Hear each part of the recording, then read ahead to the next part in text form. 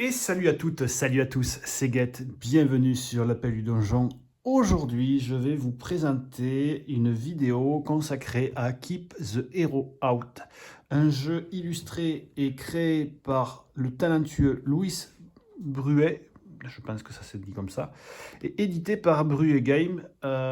C'est vraiment un excellent petit jeu. Dans cette vidéo, je vais vous présenter le matos qu'il y a dans Keep the Hero Out avec son extension, parce que j'ai tout mis dans la boîte.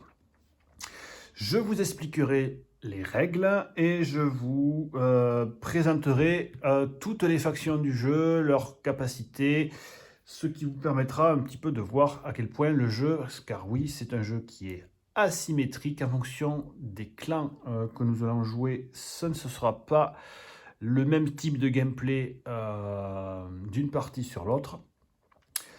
Qu'est-ce que Keep the Hero Out? Nous jouons des groupes de créatures, de monstres vils et méchantes qui vivent dans leur donjon.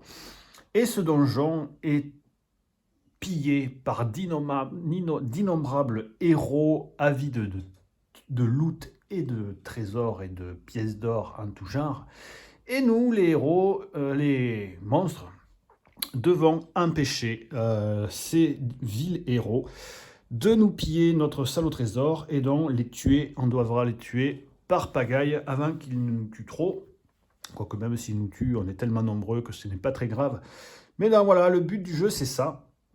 Et tout cela, on va le jouer dans une façon d'un deck building assez simple, où on va devoir attribuer nos petits monstres des tâches particulières qui me font passer un petit peu à une sorte de poste d'ouvrier, mais vous allez voir, pas non plus tout à fait. Donc ça mélange pas mal de trucs. Et surtout, les règles sont vraiment très simples. Et c'est ça qui me plaît beaucoup. Le jeu est dit donc de 1 à 4 joueurs. Vous verrez qu'avec l'extension, on peut passer de 1 à 5, mais vraiment, je conseille ce jeu à 1 joueur et à 2 joueurs grand max. Parce que 2 joueurs, c'est très bien. Après, à plus, ça pourrait être un peu plus long, je pense. 40 minutes, une partie. Vos premières seront un peu plus longues, mais après, ça dépendra du scénario, car vous verrez, il y a des scénarios dans le jeu. Et pour une âge de 14 ans et plus, ça, je dirais quand même, vous pouvez vraiment jouer avec des plus petits. Car le jeu prévoit des règles plus familiales, encore plus faciles pour jouer avec des enfants. Et c'est parfait, je trouve que c'est très bien. Vous allez voir, les illustrations sont toutes mignonnes. On peut voir sur les tranches, là, vous voyez, là, une petite souris sur le dragon, un petit lutin, un imp, qu'ils appellent ça, les squelettes, pareil, sont tout mignons. Les slimes, voilà, regardez-moi ces petits squelettes, là. Tout est trop mignon. Le petit imp qui se fait lécher par la grenouille. Bon, j'ouvre de ce pas la boîte et on va voir ce qu'il y a à l'intérieur. Donc là, je fais la vidéo essentiellement de présentation, d'accord. Normalement, au moment où je tourne cette vidéo, je dois faire un live d'une partie juste après avoir tourné celle-ci. Du coup, voilà, vous verrez la partie certainement par la suite. Alors là, il y a le livret de règles. Alors je précise que le jeu est en anglais, d'accord. Mais Louis Bruet a tout traduit et vous trouverez les règles en français sur BGG. Vous trouverez les règles en français, donc tout ça, ce sont les règles. Et croyez-moi, même si on n'est pas très bon en anglais, ça se lit plutôt bien avec derrière les sets de jeu avec tout ce qui est iconographie. Car vous verrez que dans le jeu, après avoir passé les règles et le livre de scénario que je vais vous montrer là, tout le jeu ne comporte aucun texte. Donc, c'est que des icônes et c'est excessivement bien illustré, c'est facile à comprendre. Donc, vraiment, pas de souci pour ça. Alors ici, nous avons le livre des scénarios et croyez-moi, il y en a vraiment une tétrapétée. Et il y en a, donc, il y a 20 scénarios. Les scénarios peuvent être joués en one-shot comme un jeu normal, ou on peut jouer en mode chronique qui serait plus un mode de campagne. Bon, moi, les modes campagne, maintenant, j'ai plus trop le temps, mais c'est bien que ça existe, d'accord? Voilà. Et après, vous commencez, hop, le scénario, ça se présente comme ça. Il y a le setup, on sait comment on place des tuiles que je vous montrerai. Il y a une petite partie de lore, un petit truc explicatif rigolo, généralement, parce que c'est un jeu quand même qui est assez drôle. Les cartes qu'on doit mettre dans le paquet et les règles spéciales du scénario. Alors voilà, ça c'est le premier, ensuite ça c'est le deuxième. Celui qu'on fera très certainement, ce sera celui-là. Et voilà, après il y en a tout plein. Et plus, bien entendu, plus vous avancez, plus il y a des règles qui seront particulières et spéciales. Voilà. Moi, j'ai fait les 2 premiers scénarios que j'ai galéré à gagner, parce que mine de rien, le jeu n'est pas facile. Sous ces petits airs tout mignonnés, tout pleins, croyez-moi, il y a du challenge, et t'as mieux.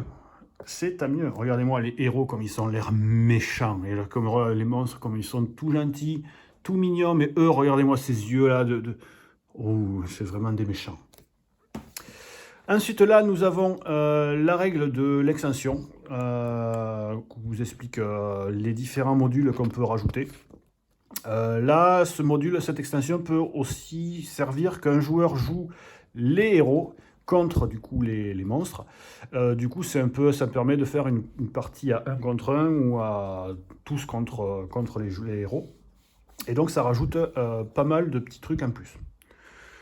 Et là, nous rentrons dans ce que moi, je trouve vraiment magnifique. Vraiment, alors... Là, nous avons les tuiles du donjon qui sont super belles, vraiment, il n'y a rien à dire. En plus, les cartons sont épais, c'est top. C'est pas du dungeon crawler, je préfère le dire de suite, c'est pas du dungeon crawler, vous voyez, il n'y a pas non plus 36 000 tuiles, mais c'est une sorte de puzzle où on va devoir réfléchir quand même pas mal pour essayer de s'en sortir. Ensuite, chaque peuple sont désignés avec des petits meeples comme ça. Et franchement, ça aussi, regardez comme c'est trop mignon. Les monstres qui sont là, les petits squelettes. Voilà, voilà, c'est tout mignon, tout plein. Je vous présenterai les différents peuples tout à l'heure. Et là, ce sont les héros qui vont venir nous enquiquiner. Alors ça, c'est ce qu'apportait aussi l'extension. Avant, les héros, on les avait sous forme de petits tokens. Dans le jeu de base, on les a comme ça. Par exemple, là, l'archer. Et du coup, là, l'archer, avec l'extension, on les a en meeple. On peut jouer, franchement, avec les petits jetons, mais je préfère quand même jouer avec ça. C'est quand même beaucoup plus sympa. Donc, nous avons le rogue qui viendra nous embêter. Nous avons l'archer elfe qui viendra aussi nous embêter. Le guerrier nain et le magicien humain. Voilà. Les 4 types de héros qui viendront nous embêter. Ici, nous avons les cartes difficulté. Alors, quand on joue au jeu, on doit choisir une difficulté. Soit on joue en mode familial, soit on joue en mode normal, et soit on joue en mode hardcore. Le seul truc qui change, en fait, c'est le nombre de cartes qu'on va devoir dévoiler. Quand on joue en facile, à la première vague de héros, j'expliquerai dans la partie, mais on ne pochera qu'une carte. Quand on passera à la deuxième vague, on en tirera 2. Quand on joue en mode normal, c'est 2 directs et 2 à la deuxième vague. Et quand on joue en hardcore, c'est 2 puis 3. Et croyez-moi, c'est quand même compliqué. Ensuite, là, nous avons différents tokens. Nous avons les coffres au trésor que les héros vont vouloir essayer de nous piller. Et surtout, le fameux coffre 4 qui, si jamais ils le pillent, c'est game over. Et sinon, quand ils pillent d'autres coffres, ça fera des effets divers et variés. Ça change en fonction des coffres. Voilà. Il y a, comme tout bon jeu on va dire, de pose d'ouvrier, il y a des ressources. Dans le jeu, il y en a 4 ressources différentes. Il y a les bouquins, il y a les os, il y a les pièces d'or et il y a les grenouilles. Et on peut aussi fabriquer des pièges pour empêcher les héros de venir nous enquiquiner. Et toutes ces ressources nous serviront d'échange pour gagner des cartes pour pimper notre deck. Par exemple, dans certaines salles, vous voyez, on peut gagner des os dans certaines salles, et dans une autre salle, on peut dépenser un os pour gagner, ça c'est un petit collier d'animal, c'est pour gagner des monstres supplémentaires, qui seront symbolisés en guise de cartes. Voilà. Il y a ensuite, hop, vous voyez, un bon paquet de cartes. Du coup, tout ça, ça correspond aux cartes qu'il y a dans le shop. Donc avec l'extension, ça en rajoute quand même pas mal, mais c'est vrai que le shop, dans le jeu de base, n'est peut-être pas très fourni. Mais croyez-moi, au final, on n'en prend pas tant que ça de cartes dans une partie. Mais bon. Mais par contre, sachez que toutes les cartes ici sont différentes. Ça va me permettre de vous montrer comment se passe une carte. Comme vous voyez, chaque carte, il y a, donc ça c'est les parchemins, il y a 4 types de cartes, mais tant mieux, on les a là, qu'on va pouvoir acheter. Il y a des cartes parchemins. Pour avoir des parchemins, il faut qu'on échange dans une salle un grimoire et on pourra acheter un parchemin. Et donc le parchemin nous propose, quand on la jouera, de faire ça, ça ou ça. Pour acheter un monstre, il faut lui donner un nonos. Dans une salle que je vous ai montré, si jamais on a le monstre, du coup on aura ces aptitudes-là. Là, c'est les potions, il faut donner une grenouille pour qu'on puisse avoir une potion. Et là, ce sont des armes. Ça permet en gros, en échangeant de la thune, de gagner des armes. Voilà. Et chaque item, je crois que chaque carte se trouve en 12 exemplaires. Dans chaque catégorie, il y en a 12. Et chaque carte sont uniques. Du coup, et les illustrations à chaque fois excessivement mignonnes. Moi, je me remplis la mimique, regardez. Voilà, un petit serpent. Voilà, tout ça, c'est des cartes qu'on va pouvoir recruter pour pimper nos decks. Et ensuite, toutes ces cartes-là, ça correspond au peuple, aux monstres que nous allons jouer. Donc, il y a le peuple des gnolls. Et chaque peuple de créatures viennent avec leur propre deck de départ. D'accord? Et donc, leur propre gameplay de départ. Donc, en gros, une carte pour expliquer. Ici, c'est le nombre de figurines de meeple qu'on va poser en début de partie. Et ça nous indique dans quel style de salle on doit les poser. Par exemple, on les posera dans ces stalles avec des os, comme ça. D'accord? Ici, c'est le nombre de meeple qu'on peut avoir. En fait, c'est le nombre de meeple qu'il y a dans la boîte. Donc, c'est les gnolls, ce sera eux. D'accord? Ça, c'est le nombre de points de vie que chaque gnoll possède. Donc, en gros, ils se font attaquer une fois, ils crèvent.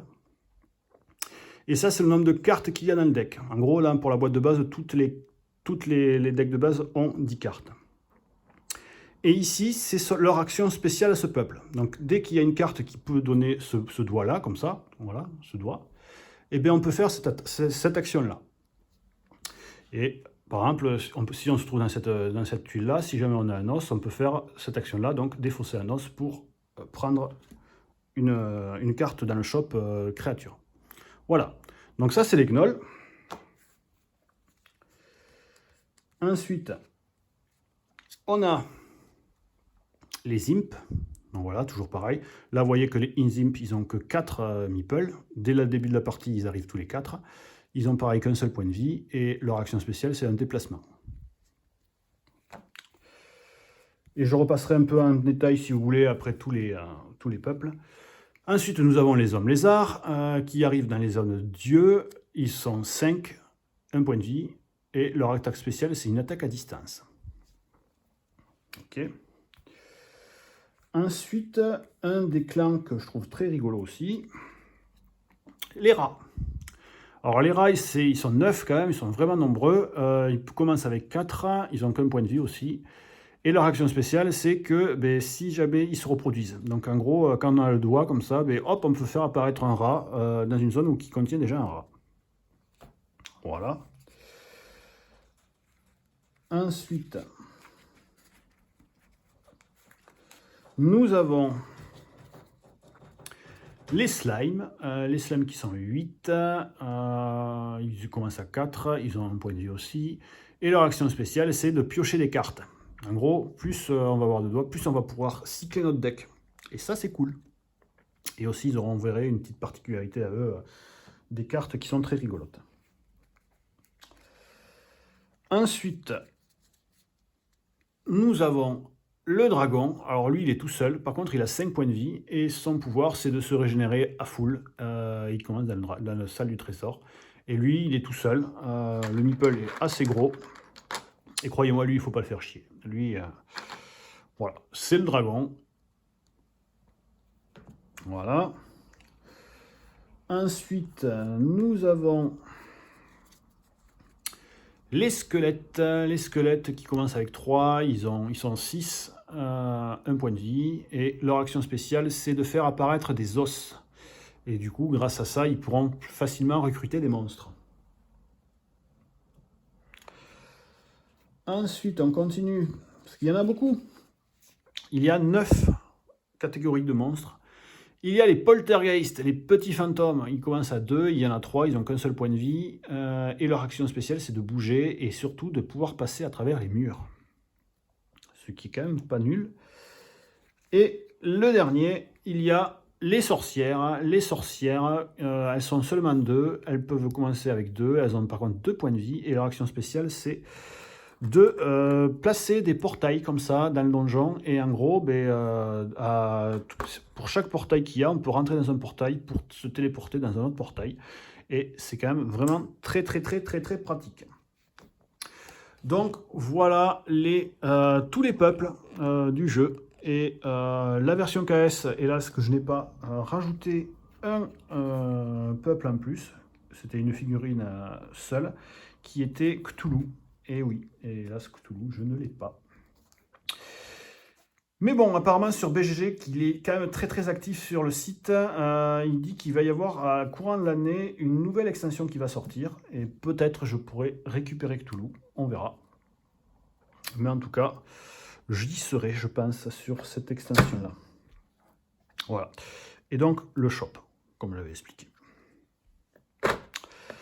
À côté, nous avons, du coup, ici, nous avons les cartes de héros. D'accord, les héros qui vont rentrer dans le donjon, vous voyez qu'ils arrivent.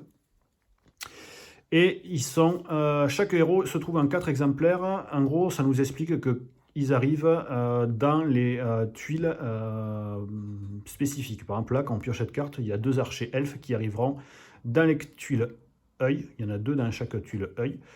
Et ils ont le pouvoir de tirer à distance pour tuer un bonhomme. Là, lui, il pille des ressources. Lui, il fait sortir des zones de prison, des héros de prison que j'expliquerai dans un exemple.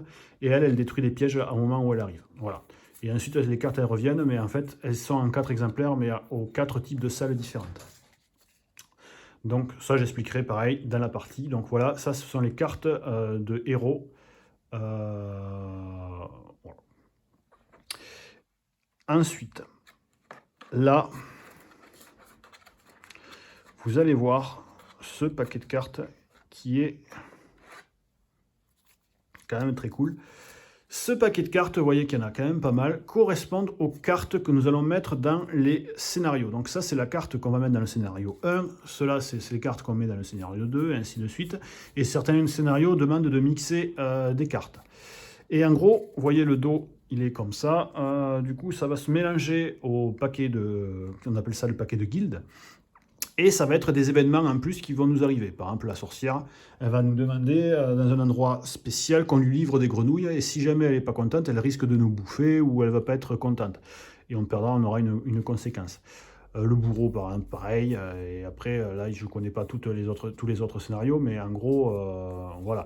Il va nous arriver, c'est bien d'être dans un donjon, mais avoir un donjon, ça rajoute quand même pas mal de contraintes. Donc voilà.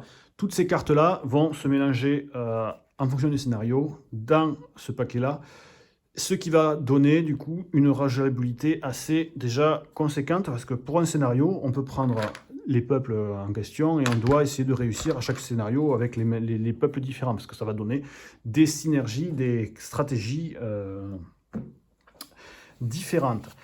On peut y jouer en pur solo, donc c'est-à-dire en contrôlant un seul peuple, mais c'est bien aussi d'y jouer avec 2 peuples, je pense même en solo, car vous verrez, il y a des synergies vraiment très intéressantes entre les peuples. Et ensuite là, ce sont les quelques cartes qui étaient rajoutées par l'extension. Ça permet de pimper un petit peu les héros, quand un joueur joue les héros. Ça pour rajouter de la difficulté dans le jeu de base, où on peut rajouter des événements en plus dans le jeu de base qui vont nous demander des trucs en plus pour nous embêter. On peut décider pour une partie normale, il disait, d'en prendre 3 au pif et les mettre dans le paquet, et ça nous fera des événements un peu plus pénibles. Et ça, ce sont des cartes pour encore une fois, quand on joue avec quelqu'un qui peut être notre ennemi, ou sinon on peut aussi l'automatiser si on le souhaite, pour avoir du coup les stats de certains scénarios de héros, de héros un peu plus burnés, ou carrément des monstres qui peuvent se retourner contre nous. Voilà pour le contenu de la boîte. Donc ce que je vais faire là, je vais mettre un peu le setup et je vais vous expliquer comment ça se joue. Alors par exemple, on va prendre tac, tac, on va prendre des salades comme ça. Comme ça.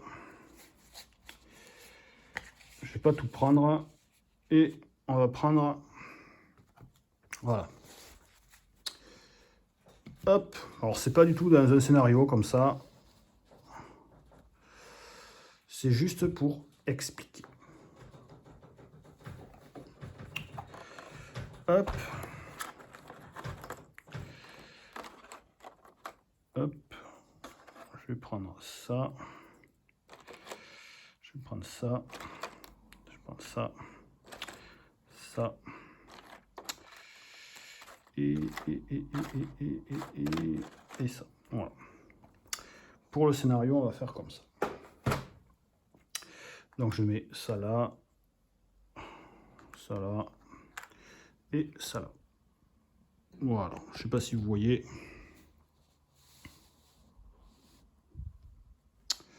Ouais, lui, on va le mettre comme ça en fait. Comme ça, vous verrez mieux. Et lui, on va le mettre comme ça. Hop.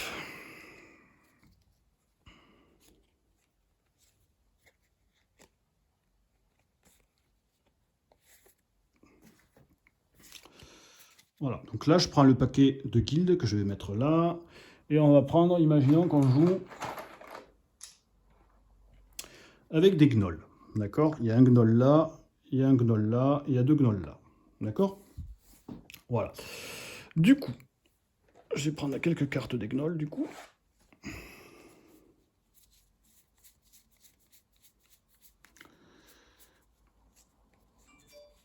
Hop.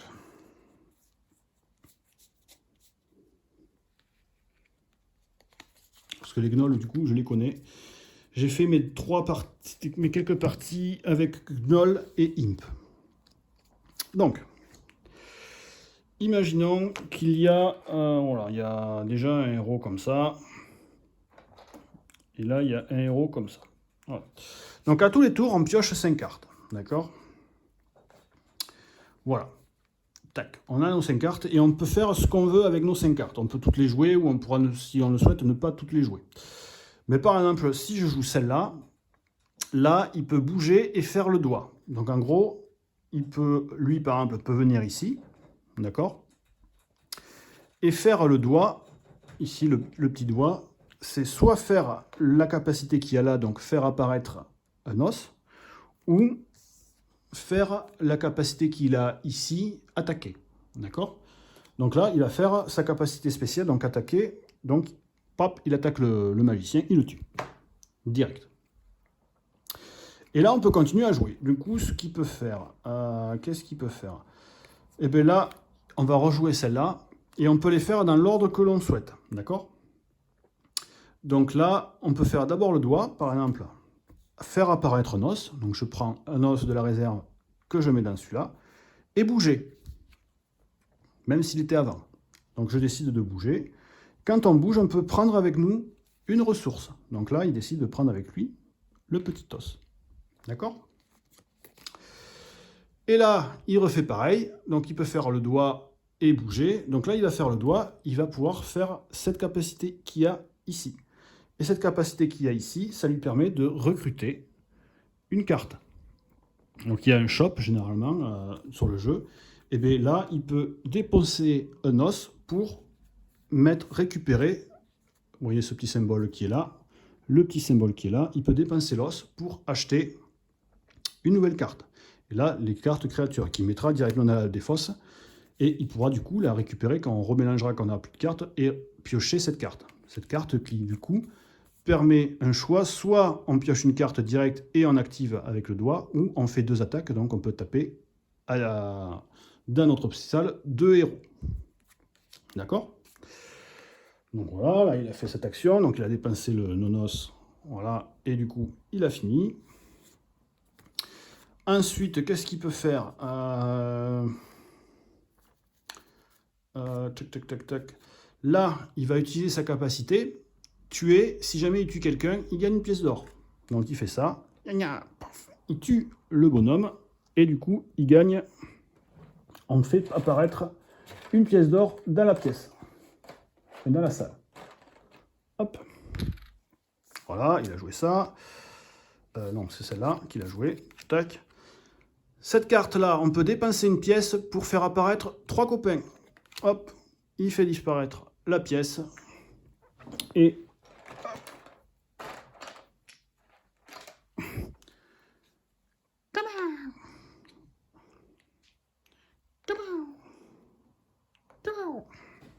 voilà. Et puis il nous reste une carte, on la joue, hop. Et bien là, il peut se déplacer. Là, il y a un portail, celui-là, donc il peut se déplacer.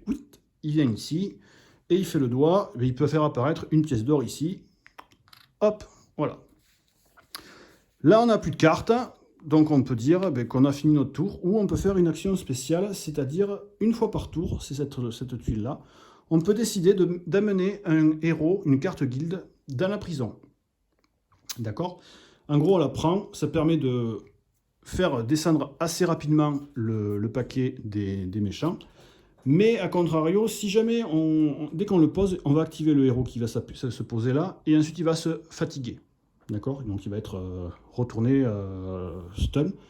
Mais si jamais c'est un sorcier qu'on fait apparaître comme ça, il va réveiller tout le monde et tous les héros qui sont mis en prison vont réussir à s'échapper grâce au magicien qui va faire une sorte de portail de téléportation. Ils vont tous s'activer, ils vont venir tous nous casser la gueule. Mais en faisant ça, si jamais par exemple je le fais, j'ai le droit de repiocher 3 cartes de mon deck. Donc par exemple, on va faire l'exemple. Là, je prends celui-là, hop, c'est un guerrier qui arrive, hop, il arrive dans la prison, et il n'y a personne, hop, il se couche. D'accord? Si jamais il y avait eu 2 ressources ou moins, il aurait défaussé toutes les ressources qui se trouvaient dans la pièce. Donc les pièces d'or, les grenouilles, les os et tout ça. Du coup, en ayant fait ça, j'ai le droit de piocher 3 cartes. Je peux le faire qu'une seule fois par tour, ça. Et donc là, je reprends 3 cartes. Là, je vais utiliser ce truc-là. En fait, ici, je peux faire soit ça ou soit ça. Ça me permet d'invoquer un gnoll dans la zone avec un os. Donc, ce que je vais faire. Je crois qu'ils sont déjà... ils sont 7. Donc là, j'en prends un autre. Où est-ce qu'il est, là. Hop. Donc, je l'invoque ici. Voilà. Là, je vais bouger lui. Et avec le doigt, je vais faire mon action spéciale, par exemple, attaquer, pour le tuer, lui. Et là, cette carte ne me sert à rien. Si je souhaitais, je pourrais, parce que là, je n'ai pas mis le shop, mais je pourrais la défausser pour refresh autant de cartes que je veux dans le marché. Là, j'ai fini. Du coup, là, ça va être le tour des héros. Et le tour des héros, on va piocher la première carte de héros. Hop. Alors là, on a des elfes qui apparaissent. Alors imaginez qu'il y en avait un comme ça. D'accord. Normalement, il y a 2 elfes qui doivent apparaître dans chacune des cases œil. Vous voyez, là, c'est œil comme ça. Là, pour l'instant, pour le setup, je n'ai montré qu'une seule. Donc, normalement, dans le donjon, il y aurait eu 2 elfes qui seraient apparus. Là, il va n'y en avoir qu'un seul qui va apparaître. Donc, je prends un elfe et je le mets là. D'accord? Son attaque, sa capacité spéciale à elle, c'est de sniper, de tirer un coup d'une flèche sur les méchants qui se trouvent dans la salle au trésor ou la salle la plus proche de la salle au trésor. Donc là, elle tire une flèche sur ce gnoll, il meurt. Et ensuite, une fois qu'ils sont invoqués, les héros, il y a toute une sorte d'algorithme comme ça, mais que je vais expliquer qui est assez simple. On regarde. Est-ce qu'il y a un piège dans la salle? Non. Oui. Non. Donc il inspire tous les héros, sauf la cellule. Donc si jamais il serait été dans la cellule, il aurait inspiré tous les héros. Inspirer les héros, c'est si jamais il y avait un bonhomme qui était couché, hop, il se réveille. Mais là, il n'y a pas de héros, donc il n'inspire pas. Est-ce qu'il y a un monstre dans la tuile? Oui. On l'exauce et on le tue. Donc il y a un monstre là, hop, on le tue. Et là, comme il a tué un monstre, il est fatigué. Voilà. Là, on pioche la deuxième carte, parce qu'en mode normal, on tire 2 cartes. Hop, c'est le voleur. Le voleur, il arrive, quand il arrive, il détruit un piège. Là, il n'y a pas de piège, du coup, hop, il arrive. Donc là, pareil, il inspire tous ses potes. Là, il y en a un qui est fatigué, hop, il se réveille. Est-ce qu'il y a un monstre dans le donjon, dans la pièce?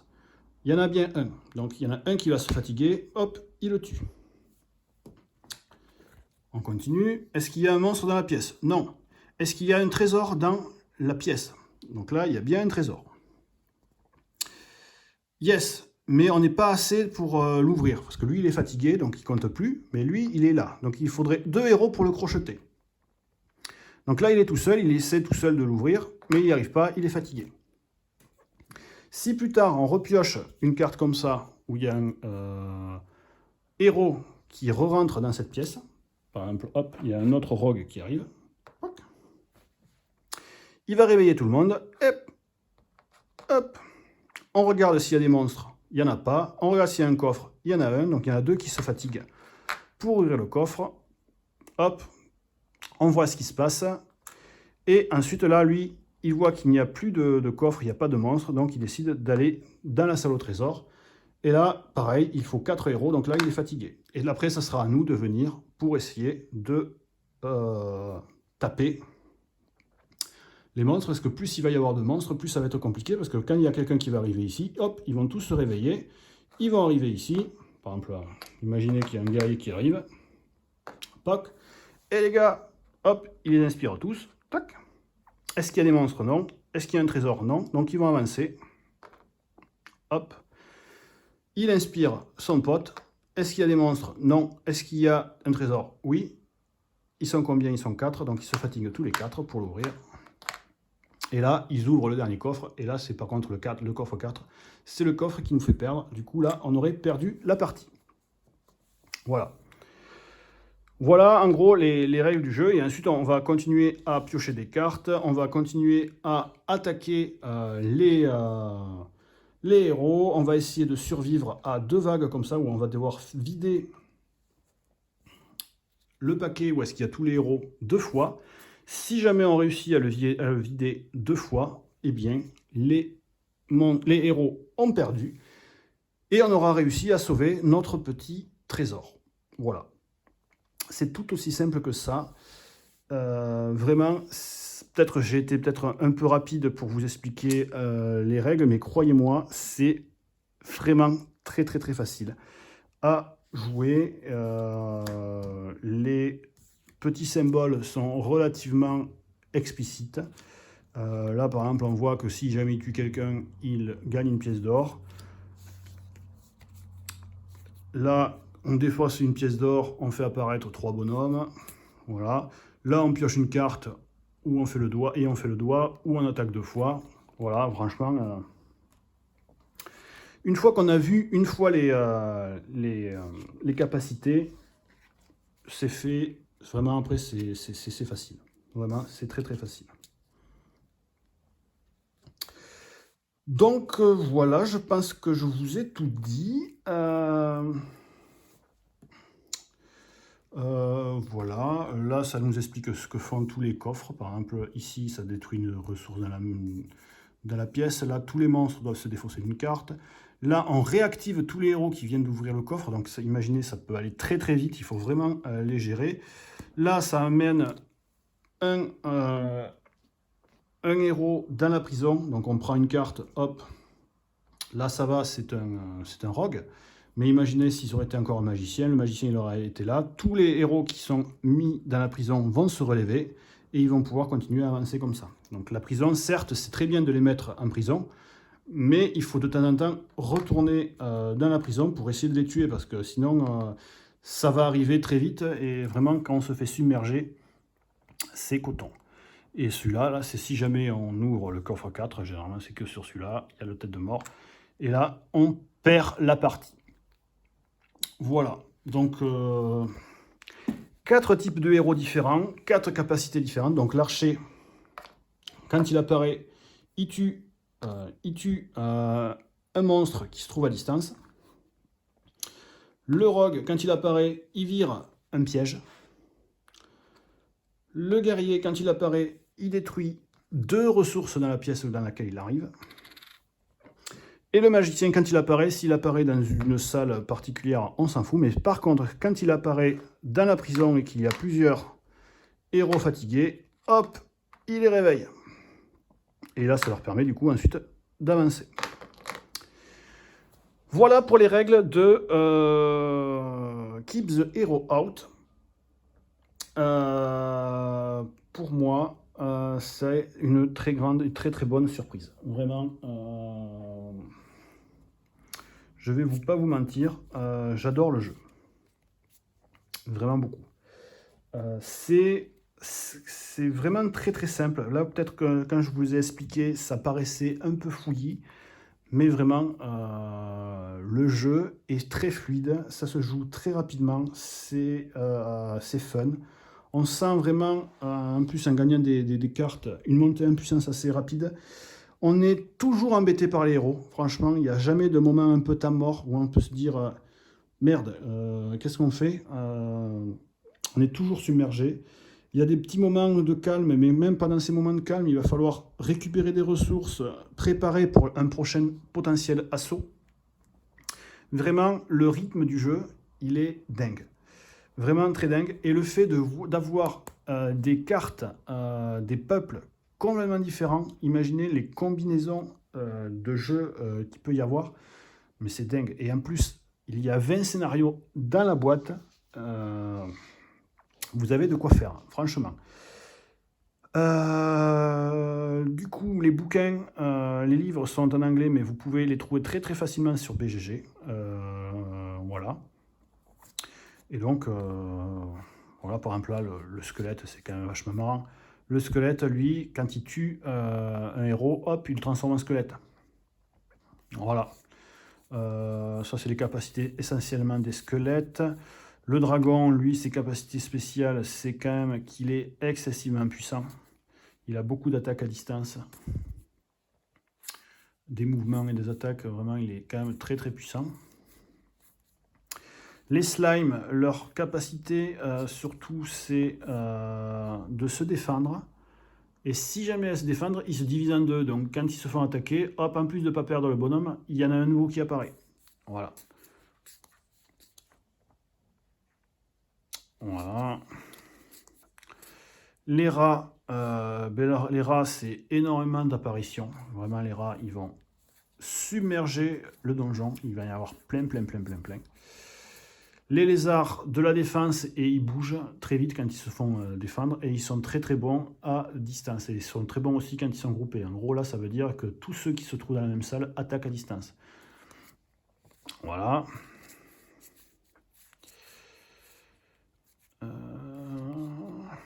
Les imps, eux, leur truc, c'est de poser des pièges. Ils posent des pièges vraiment partout et ils sont très mobiles. Donc c'est vraiment très bien. Moi, j'adore les imps. C'est vraiment très rigolo de poser des pièges un peu partout. Les fantômes, eux, ils ont une capacité de mouvement assez pétée et ils ont de très bonnes capacités de pioche. Après, ils peuvent faire des dégâts, mais leur capacité vraiment principale, c'est essentiellement de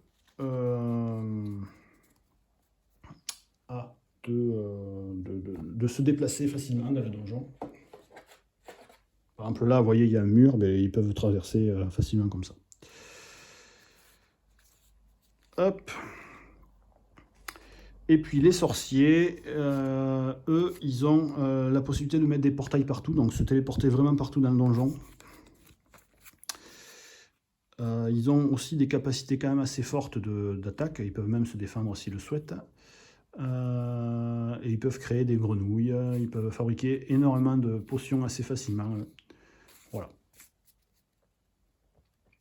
Voilà pour les différents peuples. Et du coup, il y a le Cthulhu en plus, mais lui, le Cthulhu, je ne le connais pas. Et je n'ai pas pu l'essayer. Voilà pour la vidéo de présentation de Keep the Hero Out. Donc très très très bon jeu. Vraiment, je ne m'attendais pas à l'aimer autant.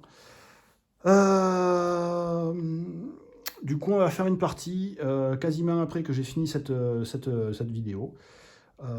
Je vais la poster, je vais créer la petite miniature. Je vous souhaite une très bonne journée et aussi de vous amuser toujours à vos jeux. N'hésitez pas à commenter la vidéo pour si vous avez des questions, si je peux vous aider sur le jeu ou si vous voulez parler du jeu. N'hésitez pas. Je vous dis à très très bientôt et je vous fais des bisous à tous. Salut, ciao ciao.